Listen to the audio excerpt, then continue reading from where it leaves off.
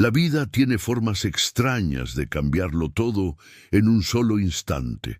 A veces no hace falta un gran accidente ni una tragedia anunciada. Basta una noche cualquiera, un camino solitario y un detalle aparentemente insignificante para torcer el rumbo de toda una existencia. Eso fue lo que me ocurrió aquella madrugada en la carretera. Yo era un hombre acostumbrado a la rutina.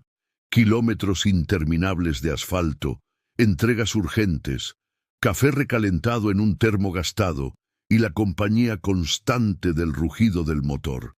Creía haber visto de todo, desde tormentas feroces hasta accidentes terribles. Pero lo que estaba a punto de vivir superaba cualquier historia contada en las paradas de camiones. Antes de continuar, recuerda apoyar este canal con tu me gusta, suscribirte y activar la campanita. Así podrás seguir escuchando más historias impactantes de la carretera que te pondrán a reflexionar. Esa noche, el clima era traicionero.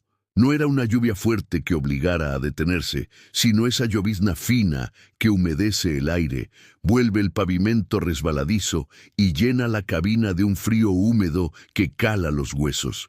El limpiaparabrisas iba y venía en un ritmo casi hipnótico, mientras yo intentaba mantenerme despierto con la ventanilla entreabierta. El cansancio pesaba, pero también lo hacía la costumbre de tantos años en la carretera.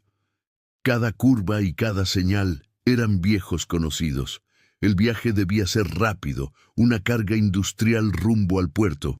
Todo parecía normal, hasta que mi mente empezó a jugarme pasadas. Los recuerdos de mi esposa fallecida, el silencio de los hijos que hacía tiempo no llamaban, la sensación de que la soledad me estaba devorando por dentro. Esa era mi compañía habitual, el eco de mi propia vida. La música en la radio hablaba de despedidas y ausencias, como si el destino quisiera ponerle letra a mis pensamientos. En ese momento yo no podía imaginar que algo inesperado aguardaba unos kilómetros más adelante, algo que haría tambalear todas mis certezas. La carretera estaba desierta, iluminada apenas por los faros y alguna luz distante que se perdía entre la neblina. Avanzaba con precaución, repitiéndome en silencio que no valía la pena arriesgar mi historial de años al volante sin accidentes graves.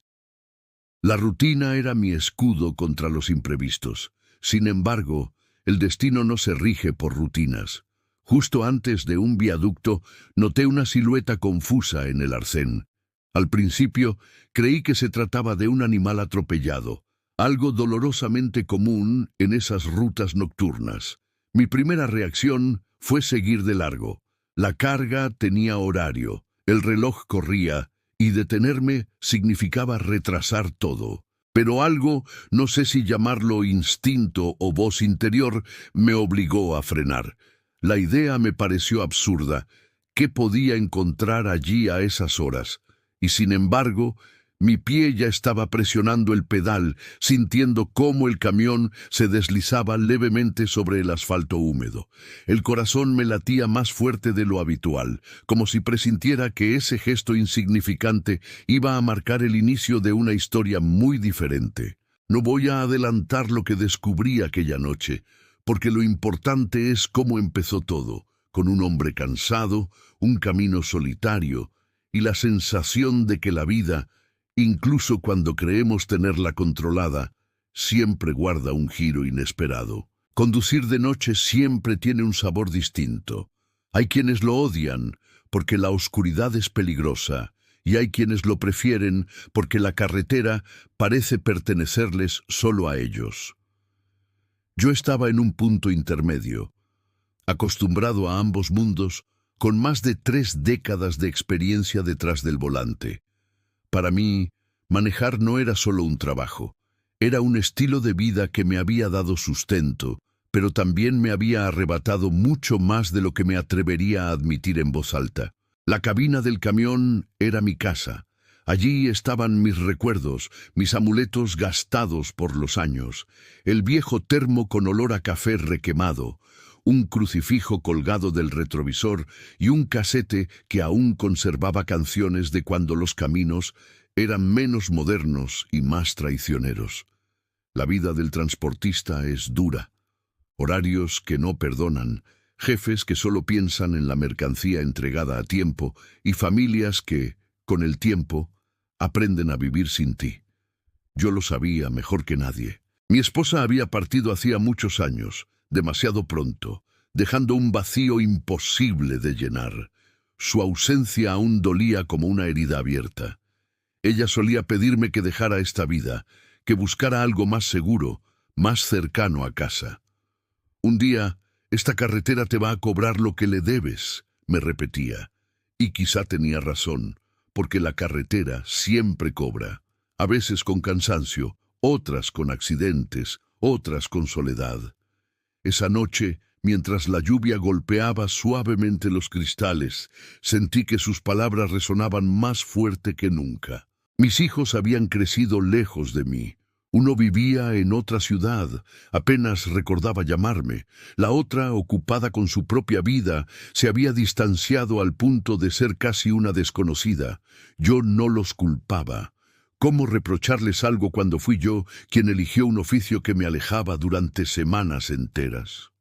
Ser padre ausente también deja huellas, y esas huellas son difíciles de borrar. La verdad era simple. Yo había sacrificado mi familia en nombre del trabajo, y ahora lo único que me quedaba era el camión y el asfalto. Y en la associación, no quiero dar la impresión de que mi vida era solo tristeza. Había también una extraña camaradería entre nosotros, los camioneros. En cada parada en gasolineras, en restaurantes al borde del camino, compartíamos historias, bromas, rumores. Era como una hermandad improvisada, unida por la misma rutina y el mismo cansancio.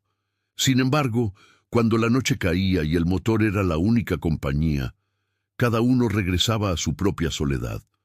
Yo siempre decía que la carretera te enseña a vivir con silencio, pero la verdad es que a veces ese silencio grita demasiado fuerte. La carga de aquella noche no tenía nada especial. Piezas industriales pesadas destinadas al puerto. Lo que sí era especial era la presión del tiempo. El jefe había insistido en que debía entregar al amanecer, porque el barco no esperaba. Eso significaba horas de manejo sin pausa, con apenas el alivio de un café rápido en algún puesto de carretera. Así era siempre. Nadie preguntaba cómo estaba uno, si había dormido, si el corazón soportaba tantas madrugadas. Lo único que importaba era la entrega cumplida. Mientras avanzaba, pensaba en cómo había cambiado todo desde mis inicios. Recordaba cuando los caminos eran más peligrosos, cuando no existían tantas reformas ni señalizaciones modernas. Había sobrevivido a derrumbes, frenos que fallaban, tormentas en las montañas y a esa sensación de que la muerte podía aparecer en cualquier curva. Pero lo que nunca aprendí a enfrentar fue la soledad que me esperaba al final de cada viaje. Llegar a una casa vacía no es fácil, aunque uno se acostumbre a fingir que sí. Esa noche, mientras la música sonaba baja en la radio, decidí dejar que mi mente viajara por recuerdos. Vi el rostro de mi esposa, escuché su risa lejana, recordé a mis hijos pequeños jugando en el patio. Cada imagen era como un golpe en el pecho, una mezcla de nostalgia y culpa. Uno aprende demasiado tarde que el tiempo perdido no regresa. Y yo ya había perdido demasiado. La llovizna se volvió más intensa.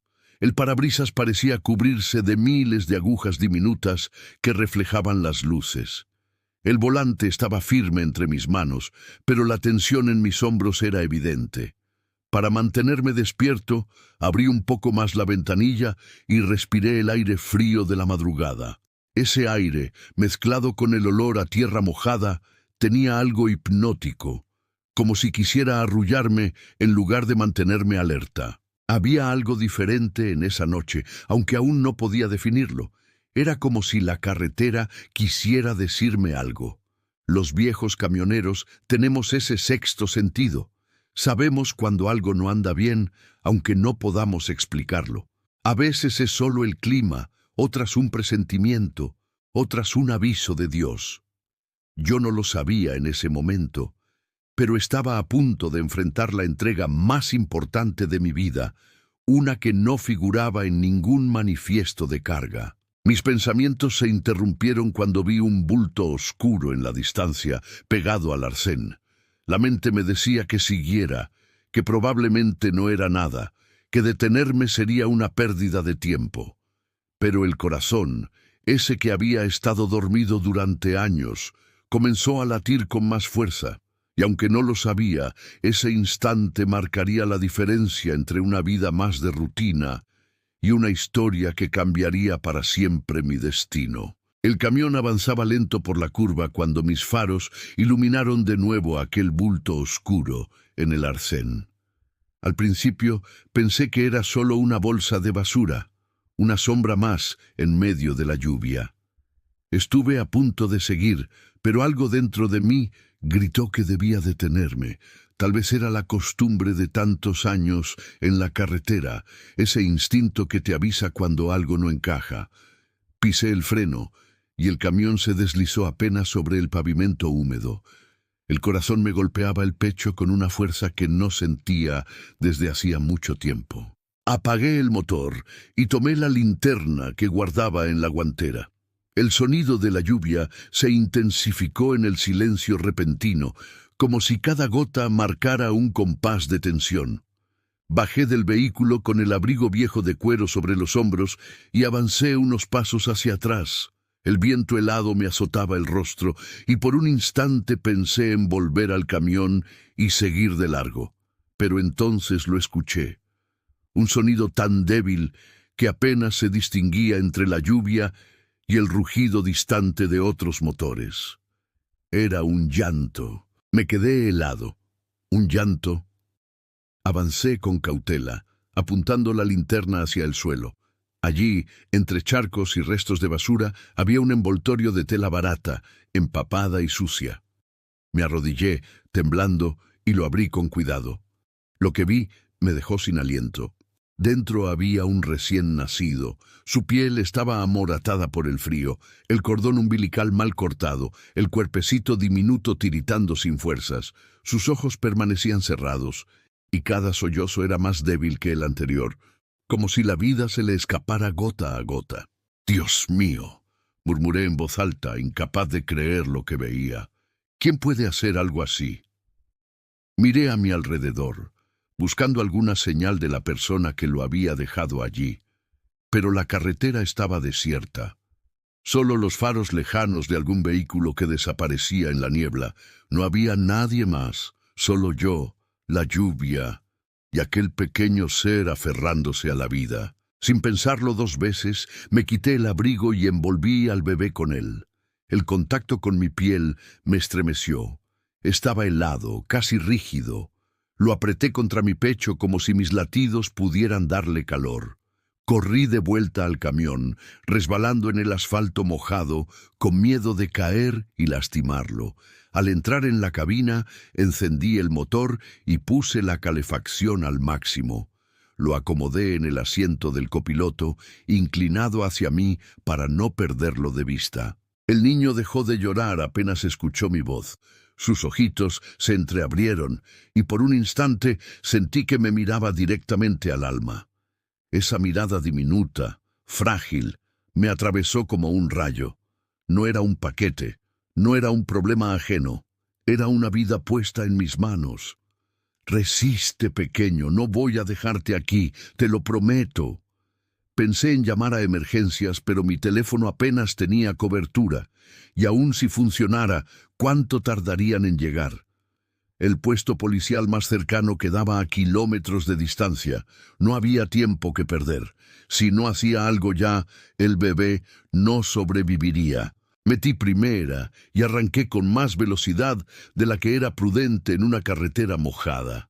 Cada gemido del niño era como una cuchillada en mi pecho. Yo, que tantas veces había ignorado el llanto de mis propios hijos por estar ausente, Ahora rezaba con desesperación por un recién nacido al que no conocía. San Cristóbal, protégelo.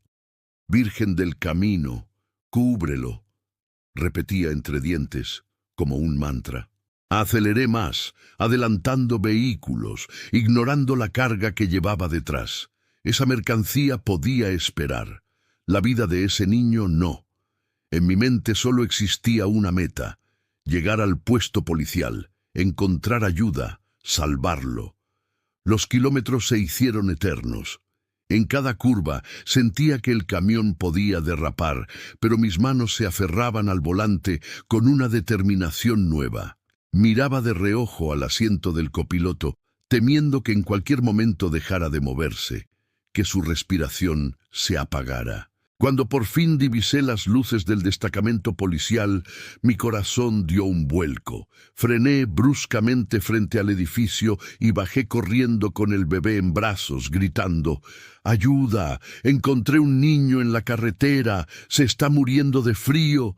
Los agentes salieron confundidos, sorprendidos de ver a un camionero empapado, con barba de días y lágrimas mezcladas con la lluvia, sosteniendo a un recién nacido envuelto en un abrigo. Uno de ellos reaccionó de inmediato, abrió la puerta y me condujo hacia adentro mientras llamaba por radio a una ambulancia. «¿Dónde lo encontró?», preguntó el sargento, mientras trataban de cubrir al bebé con mantas térmicas improvisadas. «En el Arsén, a pocos kilómetros de aquí, solo tirado como basura», respondí, con la voz quebrada por la rabia. Minutos después, una patrulla nos escoltaba rumbo al hospital más cercano. Yo insistí en seguir con mi camión detrás. No quería soltar al niño. En cada semáforo, en cada curva, lo observaba respirar débilmente y renovaba mi promesa. «No voy a dejarte, pequeño. No más abandono. Ahora estás conmigo». Aquella noche, que empezó como un viaje más, se convirtió en el inicio de una misión inesperada. No sabía aún lo que vendría después: trámites, dudas, juicios y decisiones difíciles. Lo único que sabía era que, desde ese momento, mi vida ya no me pertenecía. Pertenecía a ese ser diminuto que había encontrado en la oscuridad de la carretera. El hospital olía a desinfectante y a urgencia. Apenas crucé la puerta con el bebé en brazos, una médica se acercó, lo tomó con delicadeza y lo llevó a la sala de emergencias. Yo quedé en el pasillo, con las manos vacías y un nudo en la garganta. Durante años, mis manos habían cargado toneladas de mercancía, herramientas y llantas, pero nunca había sentido tanto peso como aquel pequeño cuerpo frágil. Y de pronto, sin él, me sentí incompleto. Pasaron minutos que parecieron horas. La lluvia seguía golpeando los ventanales y yo, sentado en una silla dura, observaba a los médicos ir y venir con rapidez. Finalmente, una doctora salió con expresión cansada, pero esperanzadora. «Llegó a tiempo», me dijo. «El niño tenía hipotermia y estaba deshidratado. 1 hora más y no lo habría logrado». Sentí que el aire regresaba a mis pulmones. Apreté los puños, como si esa noticia me devolviera también un pedazo de vida. No pregunté nada más. Solo agradecí en silencio a Dios, a los santos, al destino, a quien fuera que había permitido que pasara por ese lugar justo en ese momento. Pronto aparecieron 2 trabajadoras sociales. Llevaban carpetas y miradas serias, de esas que están acostumbradas a lidiar con tragedias. Me hicieron sentar, comenzaron a hacer preguntas: dónde había encontrado al bebé, en qué condiciones, si había visto a alguien cerca. Anotaban todo, con ese tono frío de quien necesita cumplir un protocolo. «El niño pasará a custodia del Estado», explicó una de ellas. «Será llevado a un centro de acogida en cuanto se estabilice». Esas palabras me golpearon más fuerte que la lluvia de la madrugada. ¿Un centro de acogida? Un lugar lleno de cunas y niños olvidados, atendidos por personas que hacen lo que pueden, pero sin un rostro familiar que les sonría cada mañana. No podía aceptarlo. ¿Y si me quedo con él?, pregunté, sorprendiéndome de mi propia voz. Las dos se miraron incrédulas. Una de ellas sonrió con cortesía, pero sus ojos decían otra cosa: imposible. Señor, usted es camionero, vive en la carretera. No tiene condiciones para criar a un recién nacido. Esto requiere un proceso legal largo y complejo. Yo asentí, pero dentro de mí algo ya estaba decidido. No podía abandonarlo como lo habían abandonado a él. Los días siguientes fueron un torbellino. Volví al hospital cada mañana. Pedí permiso para verlo en la incubadora. Hablé con enfermeras que al principio me miraban con sospecha. Poco a poco entendieron que yo no era un curioso más, que algo me unía a ese niño. Ellas mismas comenzaron a dejarme ayudar, darle la mamadera, cargarlo un rato, hasta enseñarme a cambiar pañales. Me sentía torpe, ridículo, pero también vivo. Le puse un nombre en secreto antes de que los papeles lo definieran como niño masculino encontrado en carretera. Lo llamé Ángel porque eso era para mí. Un ángel que había caído en mi camino para salvarme de mi propia soledad. Pero cada vez que una trabajadora social aparecía con nuevas hojas para firmar, el miedo regresaba. Me hablaban de jueces, de listas de familias en espera, de evaluaciones psicológicas. Repetían que yo no era el candidato ideal. Yo escuchaba, pero no me rendía. Mientras tanto, mi trabajo comenzó a tambalear. Mi jefe me llamó para preguntarme por qué no había entregado la carga a tiempo. Le conté la verdad, esperando un grito al otro lado de la línea. En cambio, solo suspiró. La carga puede esperar, una vida no. Pero entiende, esto no puede ser siempre así. Tenía razón. Yo debía elegir entre mi vida de siempre o una completamente nueva. Y cada noche, al mirar el rostro diminuto de Ángel en el hospital, más claro me quedaba que mi futuro no estaba en la carretera, sino en ese pequeño ser que ya consideraba mío. Las noches eran interminables. Aunque no me dejaban quedarme en el hospital, pasaba horas en la sala de espera, dormitando en una silla, soñando con escenarios imposibles. La asistente social entregándomelo en brazos, yo enseñándole a caminar en un patio lleno de sol, un cumpleaños con velas y risas. Luego despertaba y la realidad me devolvía a la incertidumbre. En mi ciudad, a cientos de kilómetros de allí, mi casa seguía siendo un lugar vacío, casi abandonado, lleno de polvo y herramientas olvidadas. Sabía que, si quería que Ángel alguna vez viviera conmigo, debía transformarla en un verdadero hogar. Empecé a hacer planes, limpiar el cuarto trasero, desempolvar el viejo Moisés de mis hijos, pintar las paredes de azul claro. Cada detalle era un símbolo de esperanza, aunque aún no tuviera ninguna garantía de que me lo permitirían. El sistema no me lo pondría fácil. Había otros candidatos mejores, más jóvenes, con casas impecables y matrimonios estables. Pero yo tenía algo que ellos no. Una promesa hecha en la carretera, bajo la lluvia, cuando ese niño abrió los ojos y me miró como si supiera que su vida dependía de mí. Esa promesa se convirtió en mi motor. Empecé los trámites de acogida familiar, firmé documentos, soporté entrevistas incómodas con psicólogos que escarbaban en mis errores pasados. Me preguntaban por mis hijos, por qué no tenía relación con ellos, por qué creía que ahora sería diferente.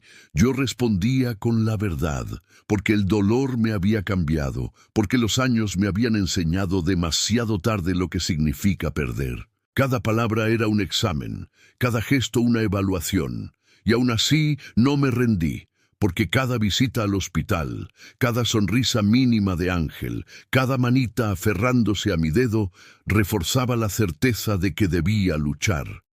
Pero la tensión crecía. Había rumores de que el bebé sería trasladado pronto a un centro de acogida en otra ciudad. El tiempo corría en mi contra. Tenía que demostrar que podía ser su padre, no solo un camionero solitario que lo encontró por azar. Esa fue la escalada, Días de lucha contra la burocracia, noches de insomnio, conversaciones con vecinos que me animaban y con otros que me llamaban loco. Cada paso era un obstáculo, pero cada obstáculo me acercaba más a la verdad, que no hay nada más poderoso que la decisión de no rendirse, incluso cuando el mundo entero cree que estás destinado a fracasar. El día de la audiencia llegó más rápido de lo que esperaba. Me citaron en un juzgado imponente, con muros fríos y pasillos interminables que parecían diseñados para empequeñecer a quienes entraban allí. Me sentía un extraño en ese mundo de abogados, jueces y expedientes gruesos. Llevaba mi ropa más limpia, la barba recortada, pero aún así sabía que no podía ocultar lo que era, un camionero de manos ásperas y corazón tembloroso. Cuando el juez entró en la sala, todos se pusieron de pie. Yo apenas podía sostener el aire en los pulmones. Frente a mí había una carpeta con mi nombre, llena de informes. El de la asistente social que visitó mi casa, el del psicólogo que me interrogó durante horas, el de los médicos que atendieron al bebé, y junto a esos informes, la lista interminable de parejas jóvenes que llevaban años esperando la oportunidad de adoptar. ¿Cómo podía competir contra ellos? El juez me miró por encima de sus gafas. Señor, ¿es consciente de que hay familias con recursos, estabilidad y juventud esperando una oportunidad? ¿Por qué cree que este niño debería quedarse con usted? Tragué saliva. No era hombre de discursos, pero en ese momento encontré las palabras. Excelencia, no lo sé explicar bien, no tengo estudios ni grandes propiedades, pero cuando vi a ese niño abandonado en la carretera, algo cambió en mí. Sentí que Dios lo había puesto en mi camino, y desde esa noche todo lo que hago es por él. El juez permaneció en silencio. Yo podía escuchar el eco de mi propio corazón en la sala. Entonces vino la primera sorpresa. Una de las médicas del hospital había enviado un informe adicional, señalando que el bebé mostraba reacciones positivas cada vez que yo estaba cerca. Respiraba mejor, se calmaba más rápido, incluso su pulso se estabilizaba. Aquello no estaba en mis manos, era un testimonio objetivo. El juez levantó una ceja, como si ese detalle pesara más de lo que yo imaginaba. Pero justo cuando pensé que todo podía inclinarse a mi favor, llegó el golpe. La trabajadora social informó que había al menos 3 familias en lista de espera con condiciones ideales, y que el protocolo indicaba dar prioridad a esas solicitudes. Sentí un vacío en el estómago. Todo mi esfuerzo, toda mi esperanza, parecía derrumbarse en ese instante. Me aferré a la mesa, dispuesto a escuchar una sentencia en contra. Sin embargo, ocurrió lo inesperado. El juez cerró la carpeta, me observó en silencio y dijo: «Este tribunal rara vez se aparta de los procedimientos, pero la vida no siempre cabe en un papel. Y hay algo en este caso que me hace pensar que sería un error separar a este niño de usted». El silencio en la sala era absoluto. Apenas podía creer lo que escuchaba. «Concedo la custodia provisional por 1 año», declaró. «Durante este tiempo será evaluado mensualmente por una asistente social. Si demuestra capacidad y compromiso, la adopción podrá ser definitiva». No pude contener las lágrimas. Yo, un hombre que había pasado años endurecido por la carretera, lloraba frente a todos sin vergüenza. No era una victoria completa, pero sí la señal de que no estaba luchando en vano. Los primeros meses fueron una montaña rusa. Ángel, ya todos lo llamaban así, vivía conmigo en mi casa renovada. Las noches sin dormir, las cólicas, los pañales interminables. Todo era nuevo. Mis vecinos, antes distantes, comenzaron a acercarse. Algunos para ayudar, otros solo por curiosidad. Una vecina mayor se convirtió en mi ángel guardián. Me enseñó trucos para calmarlo, a preparar biberones en la madrugada, a reconocer un llanto de hambre de uno de sueño. Pero no todo era apoyo. Hubo quienes murmuraban: ese viejo no van a aguantar mucho. El niño terminará en un orfanato igual. Esas palabras dolían, pero también me daban más fuerzas. Cada sonrisa de Ángel, cada vez que sus manitas se aferraban a mis dedos, me recordaban que debía seguir adelante. La verdadera reviravolta llegó cuando mis hijos, aquellos a quienes había perdido con los años, decidieron visitarme. Durante mucho tiempo guardaron distancia, resentidos por mis ausencias pasadas, pero al enterarse de mi decisión de criar a un bebé, algo en ellos cambió. Una tarde aparecieron sin avisar. Yo estaba en el patio colgando ropa diminuta en un cordel, cuando escuché una voz conocida. ¿Y ese es nuestro hermano? Me giré y allí estaban, mi hijo mayor serio y distante, y mi hija con ojos llenos de curiosidad y ternura. El corazón se me rompió y al mismo tiempo se me reconstruyó.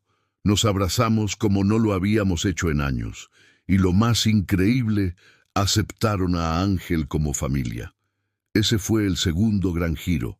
El niño que encontré en el Arsén no solo me dio un nuevo propósito, también me devolvió a mis propios hijos. La carretera que antes me había alejado de ellos, ahora nos reunía gracias a aquel pequeño milagro. Los meses pasaron entre visitas de la asistente social, evaluaciones médicas y noches de desvelo. Yo temía cada reporte, cada firma, cada papel. Pero cada vez que la trabajadora social veía cómo Ángel crecía sano, cómo sonreía al verme entrar, cómo la casa respiraba vida, su mirada se suavizaba un poco más. Al cumplirse el año de custodia, llegó la audiencia final. Me presenté con el corazón en la garganta. El juez, el mismo que meses antes me había dado una oportunidad, hojeó los informes y dijo: no era el candidato ideal, pero la vida demostró que este niño encontró en usted lo que necesitaba, un hogar y un padre. Por lo tanto, declaro la adopción definitiva. Sentí que el mundo se detenía. Tomé a Ángel en brazos, lo levanté hacia el techo del juzgado como si quisiera mostrarlo al cielo. No era mi sangre, pero era mi hijo, y yo había cumplido mi promesa. Nunca más estaría solo. Los años pasaron más rápido de lo que podía imaginar. Lo que comenzó como una custodia provisional se transformó en la vida misma. Pañales, noches en vela, primeras palabras, primeros pasos. Mi casa, antes silenciosa y polvorienta, se llenó de juguetes, risas y llantos. Cada rincón llevaba su huella. Dibujos pegados en la pared, pequeños zapatos olvidados bajo la mesa, un olor a leche tibia que impregnaba la cocina. Ángel creció sano y curioso. Con apenas 3 meses ya sonreía cuando me veía entrar. A los 5 reía a carcajadas con mis gestos torpes. A los 6 comenzaba a sentarse solo y agarrar cualquier cosa a su alcance. Yo, que había pasado décadas viviendo solo para la carretera, descubrí que no había mayor felicidad que escuchar ese balbuceo infantil al final del día. No fue fácil. Mi cuerpo no estaba hecho para desvelarse tantas noches seguidas. A veces me quedaba dormido en la poltrona con él sobre mi pecho, temiendo que se cayera, despertando sobresaltado. Aprendí de golpe lo que significa ser padre presente, con todas sus exigencias. Pero cada dificultad era una victoria, porque detrás de ella había una mirada, una sonrisa o un abrazo diminuto que me recordaba por qué valía la pena. Mis hijos mayores también regresaron poco a poco a mi vida. Al principio con desconfianza, luego con visitas más frecuentes. Ver a Ángel correr hacia ellos, llamarlos hermano y hermana, fue como cicatrizar heridas viejas que yo creía incurables. Aquello fue un regalo inesperado. El niño no solo me dio una nueva vida, también me devolvió la familia que había perdido por mis errores pasados. Los años escolares trajeron nuevas preguntas. Una noche, mientras cenábamos, Ángel me miró con seriedad y preguntó: «Papá, ¿por qué yo no tengo mamá?». La pregunta me atravesó como un cuchillo. Respiré hondo y respondí con la verdad que su edad podía entender, que algunas personas no pueden quedarse con sus hijos por razones que no siempre comprendemos, pero que lo importante no es de dónde vienes, sino quién nunca te abandona. Le prometí que algún día, cuando fuera mayor, le contaría más. Él bajó la cabeza pensativo, y yo comprendí que esa conversación volvería en el futuro. Cuando cumplió 10 años, organicé una fiesta en el patio de casa, nada lujoso, globos, un pastel de chocolate y amigos del barrio. Pero para mí fue un día grandioso, porque lo vi rodeado de risas, con familia y amigos, con algo que yo mismo nunca había logrado darle a mis hijos mayores, una infancia llena de recuerdos felices. El tiempo siguió corriendo. Ángel se convirtió en adolescente, alto y fuerte, con esa mezcla de rebeldía y ternura que caracteriza a los 15 años. Le gustaba ayudar en la pequeña taller mecánico que abrí tras dejar los viajes largos. Tenía talento natural.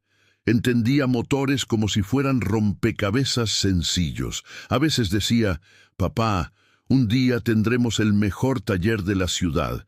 Usted con su experiencia, yo con lo que aprenda en la universidad». Esas palabras me llenaban de orgullo y esperanza, pero también llegaron las dudas que temía. Una noche entró a mi cuarto, serio, con el teléfono en la mano. Había leído en internet una noticia antigua sobre una mujer presa por tráfico, vinculada al abandono de un bebé en la carretera. «Papá, ella es mi madre biológica». No pude mentirle. Le conté la verdad con calma, que había sido una muchacha muy joven, atrapada en un mundo de drogas y pobreza que probablemente no tuvo otra salida que abandonarlo. Él escuchó en silencio, con lágrimas contenidas. «Quiero conocerla», dijo finalmente, «no para reemplazarlo, ni para dejar de verlo como mi padre. Solo quiero saber quién es, de dónde vengo». Ese momento me asustó. Temía perder lo que habíamos construido. Pero sus ojos me dieron la respuesta. Nuestro vínculo era demasiado fuerte para quebrarse. Le prometí que cuando cumpliera 16 años lo ayudaría a buscarla, aunque le advertí que quizá la verdad no sería la que esperaba. Los meses siguientes fueron un torbellino de emociones. Ángel se hizo más independiente, con amigos, estudios y sueños propios. Yo lo miraba y veía ya no a un niño, sino a un joven listo para tomar el mundo en sus manos.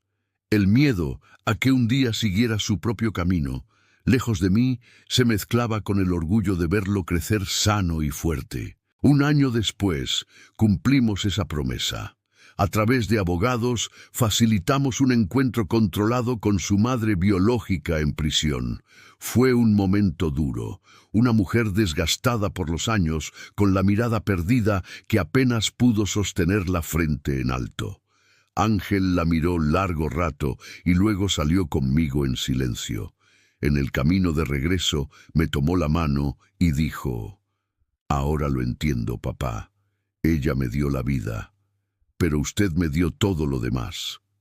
Lloré, porque esa frase resumía todo lo que habíamos vivido. Hoy, mientras escribo estas palabras, Ángel ya es casi un hombre, y yo, un viejo camionero que creyó que la vida estaba acabada, entendí que el destino siempre puede sorprendernos. Aquella noche de lluvia no encontré solo un bebé abandonado. Encontré un hijo, una familia, un propósito, porque la verdad es esta: no somos lo que la carretera nos quita, sino lo que decidimos rescatar en medio de ella. Y a veces, un solo acto de valentía basta para transformar la oscuridad en luz. La vida es impredecible. Puedes pasar años siguiendo la misma rutina, creyendo que todo está escrito, hasta que en una curva cualquiera aparece algo que lo cambia todo. Ese algo puede ser una pérdida, un accidente, o, como en mi caso, un pequeño ser que me devolvió la fe. Lo importante no es de dónde vienes, sino qué haces con lo que encuentras en tu camino. ¿Y tú? ¿Alguna vez sentiste que el destino puso algo o alguien en tu camino para cambiar tu vida? Cuéntamelo en los comentarios. No olvides dejar tu me gusta suscribirte al canal y compartir esta historia para que más personas reflexionen.